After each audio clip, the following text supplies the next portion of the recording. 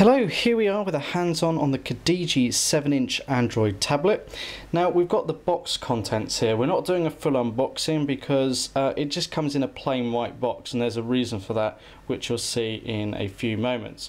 So to start off with, we get a little quick start guide in both Chinese and English. It's in black and white and not that comprehensive, but enough to get you up and running, and you'll see why it's in Chinese in a moment.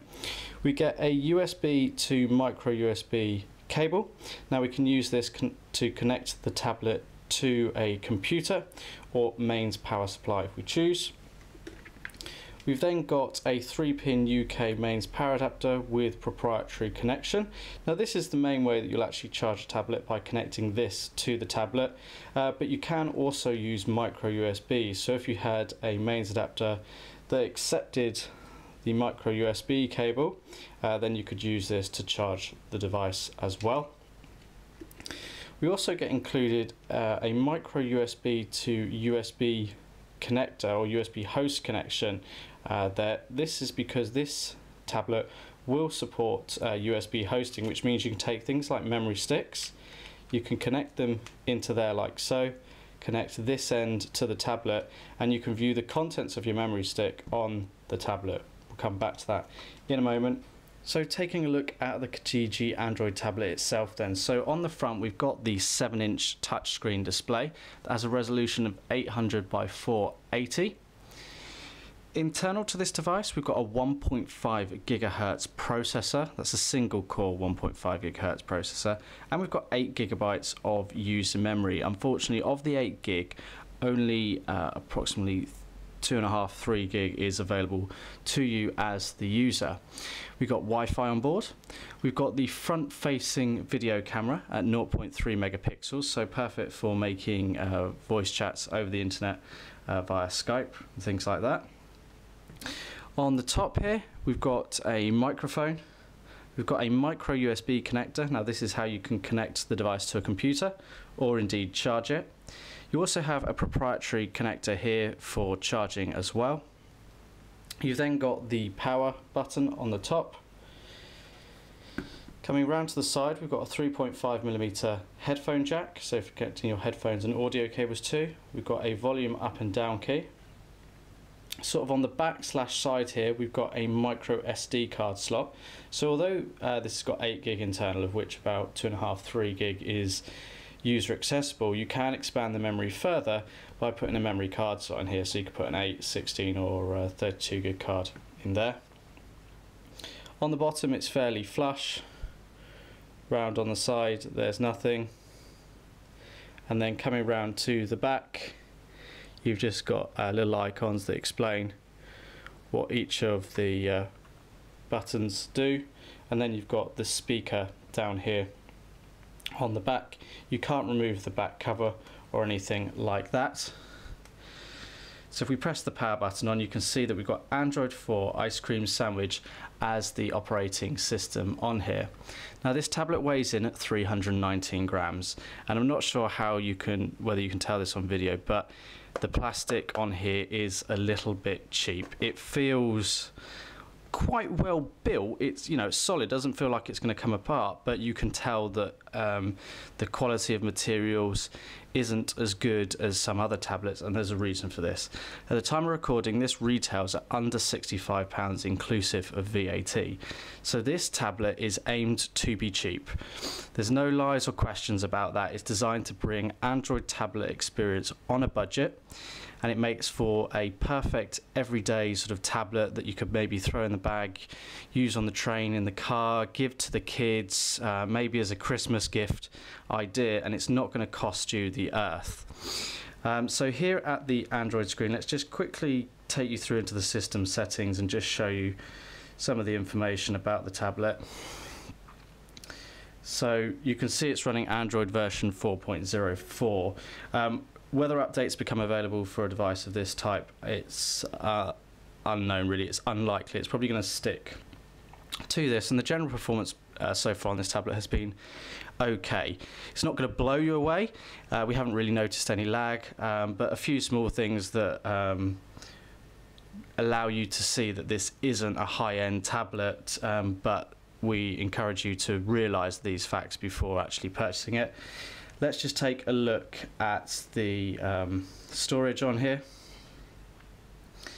So the internal storage is split. You've got 0.98 gigabytes for things like your apps, and then you've got a further 1.69 gig for other files and folders. So you can see there's not an awful lot of space made available to you, but you've got the SD card option that you can pop in here, and in micro SD, and you can expand that further.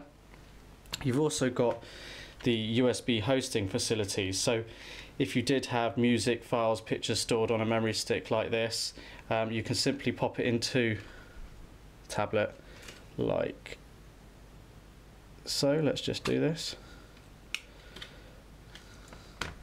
So you can see the memory sticks lit up. If I just go back to the home screen and then I go into the file manager, I can then go to the USB on here, and I can see the files that are actually on here. So I can click into here and I can see all of the files that I actually want. So for example, there's a Facebook icon there that loads up, and that's a low resolution image. Don't think that that is the screen at this moment in time. So you get the idea how you can access more content simply by connecting a USB drive like so. I will just then quickly go into the system settings and show you some of the language options. So being Android, being stock Android, there's next to nothing in terms of customization. The list of languages on here is extensive. So take a quick look through these.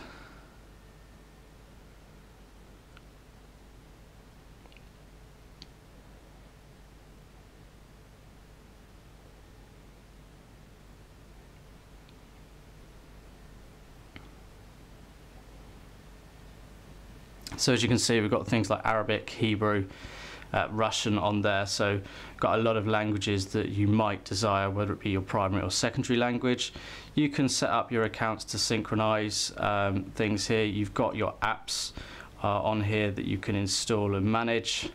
You've got the display. Actually, hands-on, this display is quite bright. We've got it up at full brightness, but you can adjust it. It's not automatically adjusting brightness, and you've also got the ability to rotate the screen, change the font size. So you've got quite a few options in here, and you've got Wi-Fi on board as well. So let's just come back to the home screen here, and you can see we've got a camera. Now it's only the front facing camera on here at 0.3 megapixels, so the quality isn't great, but it's okay for video calling. We've got zoom functions on here, so you could install Skype or something like that on here and make use of the camera functionality. You've got settings options here as well, and you can even flick to video recording if you want. To actually take video footage, albeit very low resolution. So then you've got your menu keys over here, and these are some of the things that we start to sort of notice where things go wrong. So we've got the camera in landscape mode, but the icons are sort of up here for home and back and running applications, when really I think they should be down the bottom like they are now. You can click into your running applications here and manage them like so. So you can also see here we've got Play Store, so you're not limited like some cheap Android tablets. This is a full version of Google Android, so you can go through to your apps, install them and choose the ones that you want to customize it. So a lot of cheap Android tablets don't have these features, but this one does. Just to give you an example, you've got YouTube on here, so I've already loaded up a video. I can scroll through. I'm connected over Wi-Fi.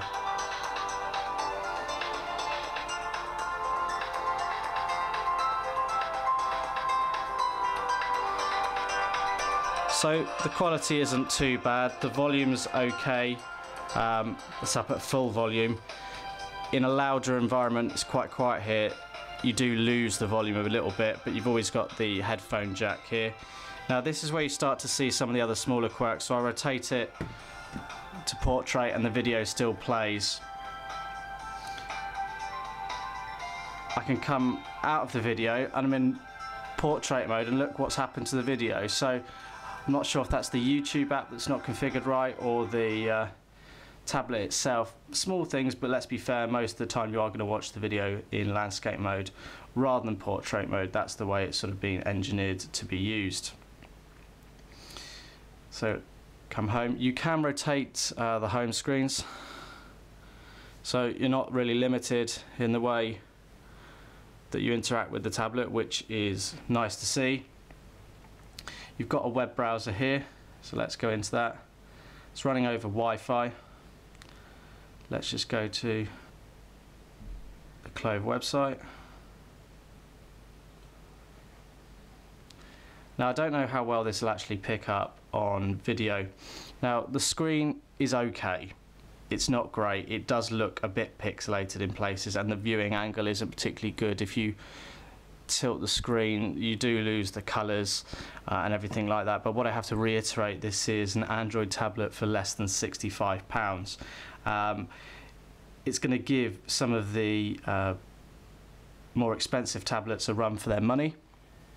And whilst you can notice the price difference in some places, the general experience is the same. The fact of what you can actually do with this tablet, you know, browse web pages, that's what a lot of people need to do. And you don't need to browse web pages in optimum quality.